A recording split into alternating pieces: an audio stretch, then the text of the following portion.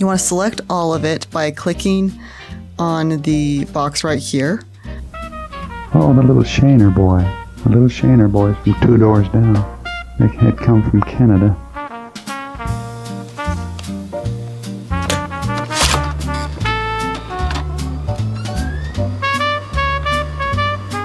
Hello and welcome to another episode of Preserving Family History. Now, if you missed the first episode, we went through and talked about the importance of preserving family home videos and how to put together a rough cut of the video that you want to preserve. And so if you haven't seen that video, go back and watch that one. It should be on YouTube before this one. In this video, I'm going to show you how to clean the audio so that it all sounds smooth and consistent without any major problems. So when you first come into it, it should look something like this, where you can see all of the little cuts we did. Now, I'm using Kdenlive. It's a free open source video editor. And one thing I like about Kdenlive is that I can just come in and move this. I don't remember the exact name of it, but it's a tool I use all the time because it's just so nice. There we go. So what this thing does is that it selects exactly what you want to export. That way we don't export this little guy right here. All right, so we're going to go up to render. All right, now in all video editors, there should be the option to export only the audio. So we're going to go to audio. I'm going to save it as a wave, and I'm going to do select selected zone. It's a lot to say. All right, space. Okay, so we're going to take that, and we're going to, and I have it as wave. Oh, I need to save it. Let me save that real quick. Now, it's important when you save a file that you save it with the word audio behind it. At least for me it is. That way you just know that it should show as a audio file, but I kind of like having the name of what I kind of have the clips called and audio. You can also write OG, audio. That way you know it's the original audio, or you could just write original audio, but that way you know this is the original untouched audio. So once you got that, then you just hit render and you wait for that to render.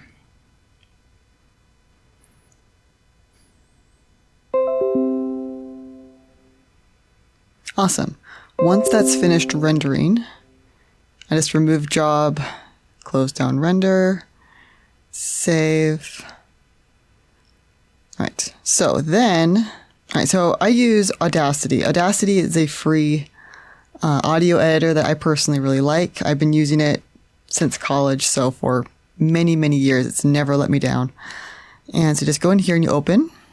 Okay, so once you have it, and this should be the whole thing, you want to select all of it by clicking on the box right here, this little part, and then you go up to Effect, go to Volume and Compression, and hit Normalize. All right, so I usually have it at about -3.0, normalize, amplitude 2, that's this thing. Remove DC offset center. So basically make sure it looks something like this, hit apply. All right. And so after you've normalized it, and come up to here, and this is the one tool I use a lot when I'm editing, that is the limiter. And I always keep it on hard limiter, -550. So apply. Now we'll just cut off any of the tops here so that when we come up here to volume and compression, I can hit amplify, and it should be 5.5. Hit that. Then I go back to my limiter and I limit it again at -5.5. And see how it just kind of cuts off the top there so that it will not be spiking your audio. So you play it. I don't recognize this little guy. See how it's up here? Friend.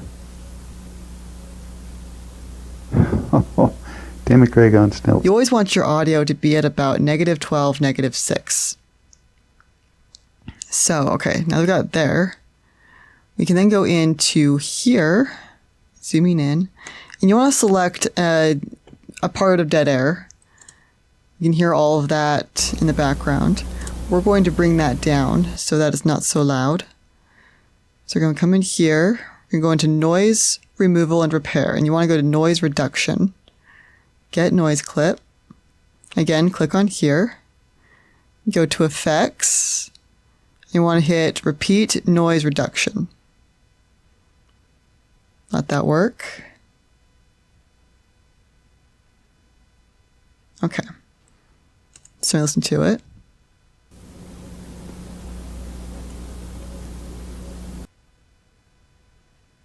All right, then once you've done that, all right, so I want to select all, and then you want to go here.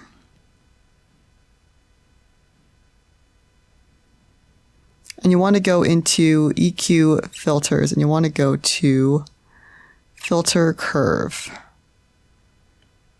I usually go to the factory presets because they're usually pretty good. And so you go to bass boost and preview. This is behind our home in the backyard of the home on Rosewood Court. Okay. So you can test out all of these. I find bass boost or bass cut. Roll off speech is usually pretty good. This is behind our home in the backyard of the home on Rosewood Court. Okay, so just kind of pick the one you want, and it just kind of like curves out.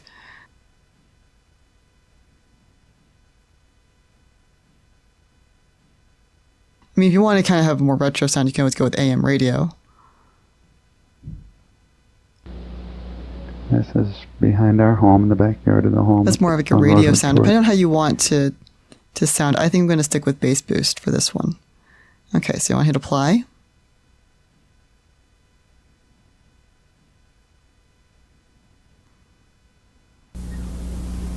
PhD in chemistry now. Oh, the little Shaner boy. The little Shaner boy from 2 doors down. Then another thing you can add is also the compressor. So you can come in here to volume and compressor. See, compressor is right here. And this is another one where you can just use the presets. So it says factory presets. And you can just kind of go down these. Let's see. Let's go with fat vocals. This is behind our home in the backyard of the home on Rosewood Court. Okay. But also what you're trying to go for is you're trying to see what sounds the best. What makes the audio easier to listen to, easier to hear, and brings up the volumes a bit. So let's try this one. This is behind our home in the backyard of the home on Rosewood Court. Okay. Let's try this one. This is behind our home in the backyard of the home. Okay, that brought up quite a bit. But you could always bring it down if you want to do that. Or you can still try and keep it kind of low. Right, master, brick wall master, lead vocals, podcast radio. This is behind our home in the backyard of the home on Rosewood Court. That was not too bad. And so I kind of brought it down a bit. All right, so one thing you want to do is after you have it sounding the way you want, you can either go in and noise reduct again. So noise reduction, it really depends on whether or not you want that background noise removed completely or not. Well, you can't fully delete it without damaging the spoken audio. So the best you can do is just kind of reduce it. So if you don't like hearing the background noise too much, I would just go to noise reduction again after you've done all that. Hit noise reduction. And repeat. So basically what you're going for, you're trying to get it to sound good. You're listening for how it sounds each time you edit it. And if you don't like something, I would just undo it.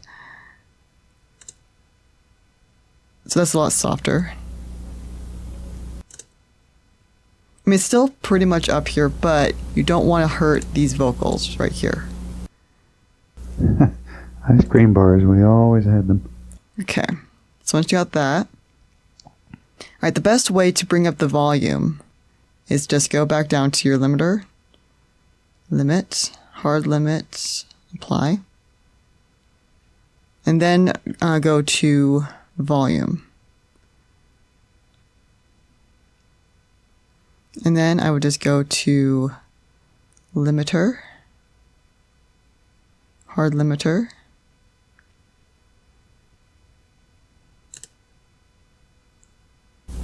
more fun in the pool. Boys love to swim underwater. They can go several lengths of the pool underwater. And you see how we have it at our -6? That's where you want it. You want it to be, you just want to make sure your audio is kept somewhere between -12 and -6, because that is the comfortable hearing range on audio editors. PhD in chemistry now. Oh, the little Shaner boy. The little Shaner boys from 2 doors down. They had come from Canada. Their father was a surgeon, and he had lost all his hair in Canadian military in World War II. So once you have that, you just go to export. Export to computer. Okay, when you're labeling the edited audio, I would just get rid of the OG. Make a line and put edited. That way you can tell this is the edited copy and this is the original copy. And you want to keep an original copy just in case you decide you don't like the edit that you did, so you want to go back and make a new edit. That way you don't have to export a new batch of audio each time. You have the original copy so that you can just play with that one.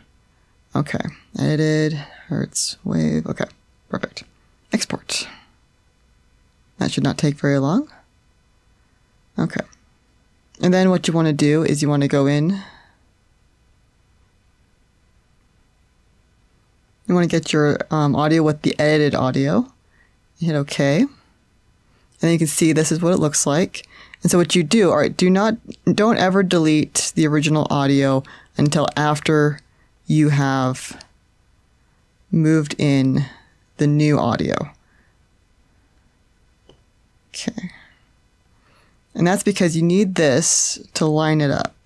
So you want to make sure this is perfectly lined up before you delete any of these video clips. Or audio clips, I should say. This is behind our home, in the backyard of the home on Rosewood Court. Elaine Danston was that. pretty good at ballet before she grew tall and gained weight. She was a graceful little gal. That was a magnolia tree we left, and it dumped magnolia needles and blossoms into our swimming pool as long as we were there. And so once you have this one in, you can then go over and delete the original sounding audio. But don't worry, as I said, you want to keep a copy of the original audio that you have exported, and that should still be in your file. So in the file, you should have, there it is. You should have the OG audio. So when you delete those clips, you are deleting the original audio, but then you should also have this audio file, and you should also always have the original video. This is the most original of the videos. This is the original video, edited videos, and then edited audio clips. So you always want to make sure you keep those together when you are editing family footage. And there you have the perfectly edited, perfectly leveled, I should say, audio file for this video that you've edited. And you always want to edit the audio after you have made the rough cut. And the reason for that is to make sure that the audio is clear and consistent, so that when you line it up with the rough cut, you don't have a whole bunch of clicks and other pops and things that you usually get from moving audio around and, kind of messing with it. That way, all the audio is smooth, consistent. You don't have to worry about a bunch of different level changes or anything like that. It's all going to be the same volume, amplified, and it should all be between -6 and -12. So I hope this was helpful. And if you have any questions whatsoever, please make sure to put them down in the comment section. I try to read as many comments as I possibly can. And if you have anything you want me to make a video on or talk about, please let me know down in the comments and I will get right on figuring out how to answer your question to the best of my ability. But I hope this was helpful, and I'll see you in the next video where we start to refine this video clip so that it's no longer a rough cut. It is a seamless video that is ready to show to grandkids or just to make sure is put with the rest of your family history. But that will be in the next video. Until then, take care.